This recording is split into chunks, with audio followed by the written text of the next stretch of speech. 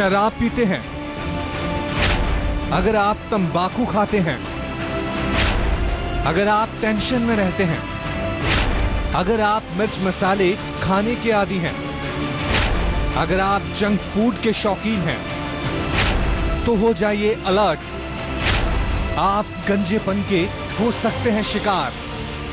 खूबसूरत बाल हमारे व्यक्तित्व में चार चांद लगाते हैं, लेकिन अगर बालों से जुड़ी समस्या जैसे बालों का झड़ना, समय से पहले सफेद होना या गंजापन होना, जो आजकल के युवाओं में ज्यादातर देखने को मिल रहा है, तो डॉक्टर साहब आखिर बालों से जुड़ी समस्या की वजह क्या होती है? देखिए, वजह जैसा आपने कहा कि आजकल युवा लोगों में काफी बालों की समस्याएं हैं और ये हम भी देखते हैं। हमारे पास जो हेयर लॉस को लेके जो लोग आते हैं उसमें मैं कहूँगा कि 70-80% तो यूथ है, जो युवा वर्ग के लोग हैं। क्योंकि हमारा जो आयुर्वेद की दृष्टि से हम समझें इसको कि बाल गिरते क्यों हैं, आखिर बाल है क्या है और बाल हमारा कैसे बनता है, कैसे ग्रो करता है, ये सब चीज़ थोड़ी अगर आप समझने की कोशिश करेंगे तो उसमें आपको 2-3 चीज़ें उसके कॉज के रूप में आपको समझ में आएंगी।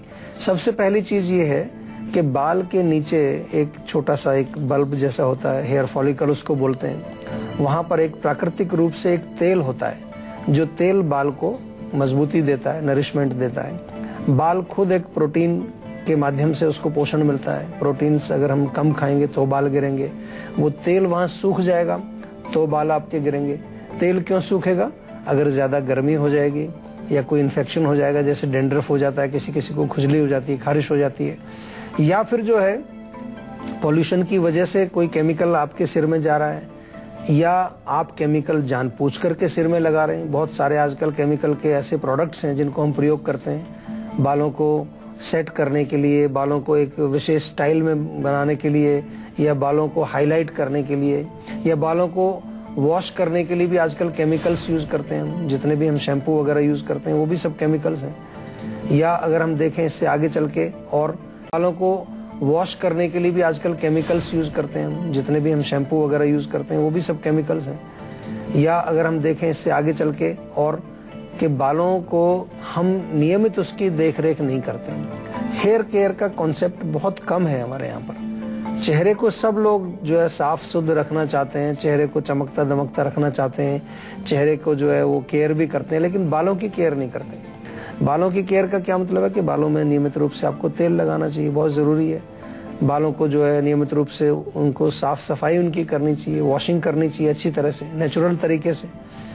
ये मुख्य कारण इसके हैं। दूसरा, अगर हम देखें जो माइंड है हमारा, जिन लोगों को मानसिक तनाव ज़्यादा होता है, या उनको जो है नींद ठीक से नहीं आती है, रात को नींद प्रॉपर नहीं आती है, उनके भी बाल गिरते हैं। किसी अन्य बीमारी के कारण भी बाल गिर सकते हैं। थायराइड हो गया है, या कमजोरी आ गई है शरीर में, कोई बॉडी में ऐसी बीमारी आपके हो गई है जो शरीर को कमजोर करती है, या अल्कोहल का सेवन जो लोग बहुत ज़्यादा करते हैं, चाय कॉफ़ी जो बहुत ज़्यादा पीते हैं, स्मोकिंग करते हैं, तंबाकू का सेवन करते हैं, ये पित्त बढ़ाने वाली चीज़ें, जितनी भी गर्म चीज़ें हैं, ये हमारे बालों के ऊपर जो है विपरीत असर डालती हैं। बालों को वो जल्दी से जल्दी कमज़ोर करके बाल हमारे गिरने शुरू हो जाते हैं। या प्रॉपर अगर पोषण ना मिले, न्यूट्रिशन अगर बाल को नहीं मिलेगा प्रॉपर, क्योंकि हम खाना अगर सही तरीके का नहीं खाएंगे, अच्छा पौष्टिक भोजन नहीं खाएंगे, और यदि हम केवल जंक फूड ही खाएंगे या ऐसी चीज़ें खाएंगे जिसमें न्यूट्रिशन ही नहीं है, तो भी आपके बाल गिरेंगे। और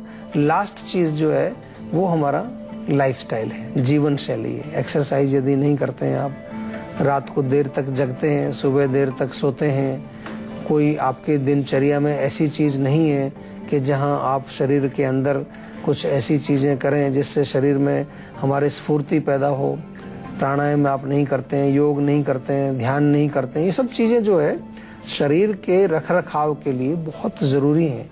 ये बड़ा अद्भुत हमें एक शरीर मिला है, इसको स्वस्थ रखने के लिए बहुत आवश्यक है कि हर छोटे से छोटे चीज़ को भी हमें समझना है और उसको समझ करके इस शरीर को हमें स्वस्थ रखना पड़ेगा। तो डॉक्टर साहब कहते हैं कि थोड़े बहुत बाल तो हर किसी के झड़ते हैं, मतलब नॉर्मली अगर बात करें तो, लेकिन हमें कैसे पता चलेगा? ऐसे कोई लक्षण होते हैं जो पता चले कि हाँ हेयर फॉल की प्रॉब्लम हमको हो गई है? देखिए, कभी 2-4 बाल आपके अगर गिरते हैं तो वो नॉर्मल है, कुछ बाल टूटते रहते हैं, कुछ नए बाल और उसकी जगह पर पैदा होते रहते हैं। लेकिन अगर आपको ये सचेत रहना है कि बाल मेरे ज़्यादा कहीं ना गिर जाएं, हेयर लॉस की प्रॉब्लम मुझे ना हो जाए, तो उसमें 2-3 चीज़ों का ध्यान रखना चाहिए।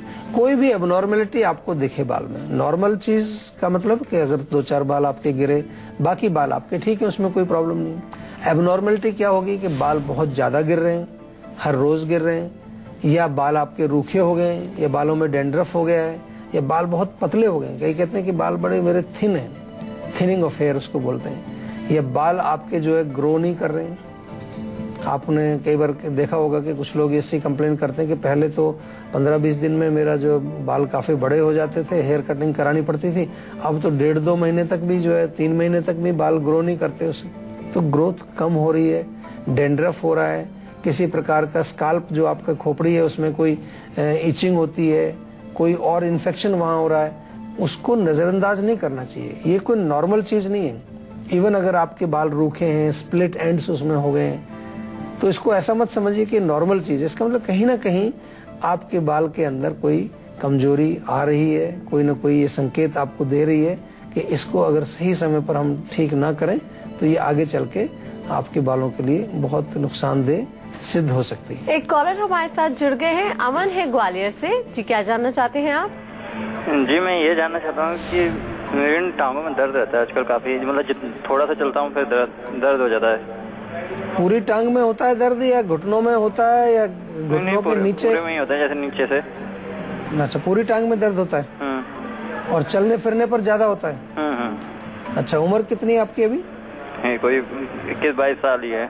21-22 साल। आपने कोई अभी ब्लड का कोई टेस्ट किया है, कोई हीमोग्लोबिन वगैरह चेक किया आपने? नहीं, तो कुछ नहीं, मतलब ये है कि तब से ही दर्द हो रहा है, जैसे कुछ ऑपरेशन हुआ है मेरा तब से ही। किस चीज का ऑपरेशन हुआ?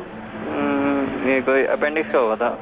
अच्छा, देखो इसमें ऐसा है कि कमजोरी का लक्षण इसको हम कह सकते हैं। एक तो मालिश जरूर करिए, तिल के तेल से मालिश करिए नियमित रूप से, उससे बहुत फर्क पड़ता है।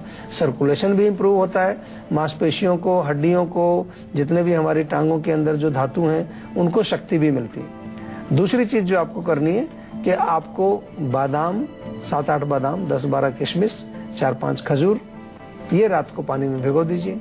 सुबह इनको जो है आप बादाम का छिलका उतार लीजिए और खजूर की गुठली निकाल के इनको थोड़ा सा पीस लीजिए, पेस्ट बनाइए, 1 गिलास दूध में डाल करके उबाल दीजिए और उसको पी जाइए गरम गरम। तो ये आपको बहुत फर्क पड़ेगा।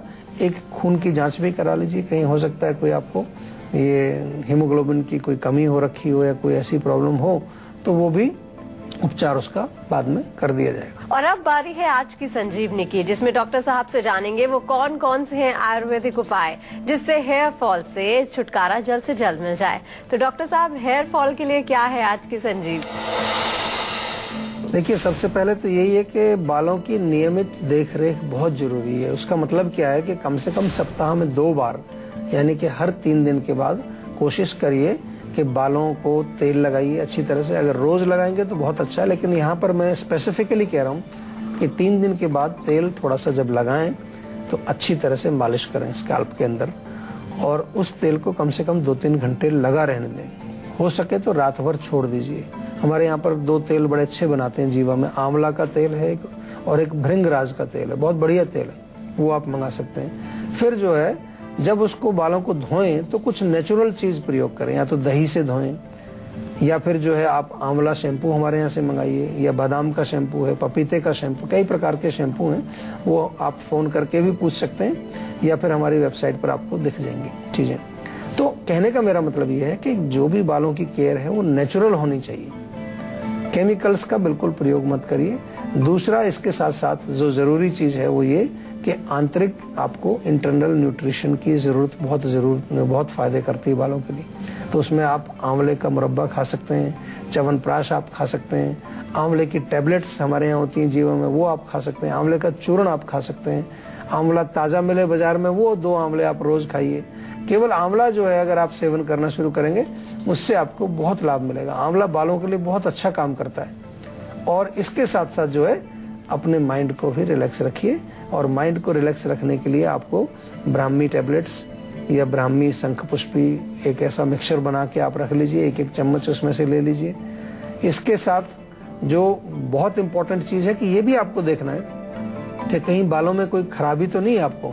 अगर डेंड्रफ है मान लो, तो डेंड्रफ है तो उसके लिए आप नारियल का तेल, उसमें थोड़ा सा नींबू का रस मिला करके बराबर मात्रा में भी मिला सकते हैं, बालों में जरा अच्छी तरह मसाज करें। यदि आपको बालों में कुछ पतलापन लगता है, बाल जो है कुछ हल्के हैं, ग्रोथ अच्छी नहीं है, तो आंवले का पेस्ट बना लीजिए। आंवले को रात भर पानी में भिगो दो और उसका पेस्ट बना करके वो आप लेप लगाइए बालों के ऊपर, उससे आपको बहुत फर्क पड़ेगा। बहुत सारी चीजें हैं जो घर पर आप कर सकते हैं, ये करके देखिए। केवल सुनने से नहीं होगा, करने से आपको बहुत फायदा होगा। और प्लीज इसको करिए ताकि आपके बाल सुंदर बने रहें। तो डॉक्टर चौहान ने हमें ये तो बता दिया कि हेयर लॉस के लक्षण क्या होते हैं और क्यों होता है हेयर लॉस, लेकिन अगर किसी के बाल झड़ रहे हैं तो परहेज क्या करना चाहिए डॉक्टर साहब हमें, जिससे कि हम उसको रोक सके? देखिए, मैंने तो एक ही चीज बार बार कही है अपने इस शो के माध्यम से भी कि बालों की समस्या जहाँ आ जाए वहाँ पर पित्त को जरूर याद कर लें। पित्त जो है वो गर्मी को बोलते हैं, या बहुत ज्यादा हीट आपके बॉडी में हो, या अग्नि इसको हम कहें, फायर इसको कहें। तो जब आपके शरीर के अंदर पित्त की वृद्धि होती है तो बालों पर उसका असर आएगा। तो इसलिए गर्म चीजें ना खाएं। आजकल जो है प्रचलन है कि पित्त वर्धक भोजन बहुत खाया जाता है, चटपटा तली चीजें, बहुत ज्यादा मिर्ची मसाले, अचार, खटाई, चाय, कॉफी तो बड़ी कॉमन है आजकल। और आजकल स्मोकिंग, गुटखा, अल्कोहल, इन लोगों का भी, इन चीजों का भी बहुत प्रचलन है। तो ये सब आपके बालों पर दुष्प्रभाव डालते हैं, इनको आपको त्यागना चाहिए और अपने जीवन शैली को, अपने लाइफस्टाइल को अच्छा बनाना चाहिए। समय पर सोइए, समय पर खाइए, अच्छा पौष्टिक भोजन खाइए, थोड़ा व्यायाम कीजिए, तो आपके बाल अच्छे रहेंगे और आप भी स्वस्थ रहेंगे। तो अब डॉक्टर साहब से पूछ लेते हैं वो सवाल जिसका जवाब आज संजीवनी का हर दर्शक जानना चाहता है। जो लोग हेयर फॉल की वजह से गंजे हो चुके हैं या फिर जिनके सर पर कम बाल बच गए हैं, क्या उनके सर पे दोबारा बाल आ सकते हैं? क्या है इसके आयुर्वेदिक नुस्खे? देखिए, मैं अगर इसको थोड़ा मैं कहूँगा तो लोग कहेंगे कि बहुत बड़ी बात कर रहे हैं। कभी कभार ऐसे रिजल्ट आते हैं हमारे पास, बहुत अच्छे रिजल्ट आते हैं। अभी मैं एक हाल ही का उदाहरण बताता हूँ। एक व्यक्ति थे, हालांकि मैंने पहले अपने शो में कहा है कि जनरली ओल्ड एज में नहीं आते बाल, लेकिन एक 60 वर्ष के एक पुरुष थे जो हमारे पास आए, तो उन्होंने कहा कि भाई हमारे बाल नहीं उगते, ये बाल एक जगह से उड़ गए हैं पूरे। तो हमने उनको दिया अपना जीवा का जो हमारा हेयर केयर का सामान होता है, ऑयल दिया, खाने के लिए टैबलेट्स दी, उसको शैम्पू वगैरह दी। तो उसने हमें बताया कि 4-6 हफ्ते उसने प्रयोग किया तो कुछ बाल आने लगे हैं। तो उसको लेकर हम देखिए, जो भी चीज बोलते हैं अपने एक्सपीरियंस के आधार पर बोलते हैं। बहुत सारे ऐसे लोग भी हैं जिन्होंने काफी कोशिश की, उनके नहीं आते। तो इसका मेरा उत्तर यह है कि एक मिक्स्ड हमने जो है इसका रिजल्ट देखा है। किसी किसी के आते भी, और ये जो 60 वर्ष के थे इसमें तो हमें भी बड़ा आश्चर्य हुआ, क्योंकि हम ये कहते हैं कि 30 से कम हो तो फिर तो चांसेस हैं। 30 के बाद आजकल के युग में, क्योंकि हमारा पोल्यूशन इतना है, टेंशन इतना है, खान पान हमारा सब गड़बड़ा गया है, तो फिर चांसेस कम होते हैं। लेकिन मैं एक चीज कहता हूं कि हर व्यक्ति एक यूनिक है अपने आप में।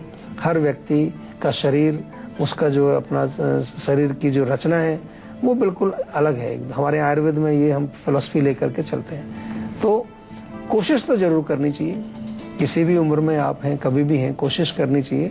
सबसे पहले तो हम इतना ही कहते हैं, अगर आपका हेयर फॉल रुक जाए वो भी बहुत बड़ी सफलता है, और उसके लिए काफी अच्छी चीजें हैं आयुर्वेद में। क्योंकि रुक जाएगा तो जो बचे हुए हैं उनका ग्रोथ होगा, तो ग्रोथ होगा तो उससे थोड़ा सा आपके सिर पर वो दिखाई देगा कि भाई बाल अच्छे हैं, घने होंगे बाल आपके।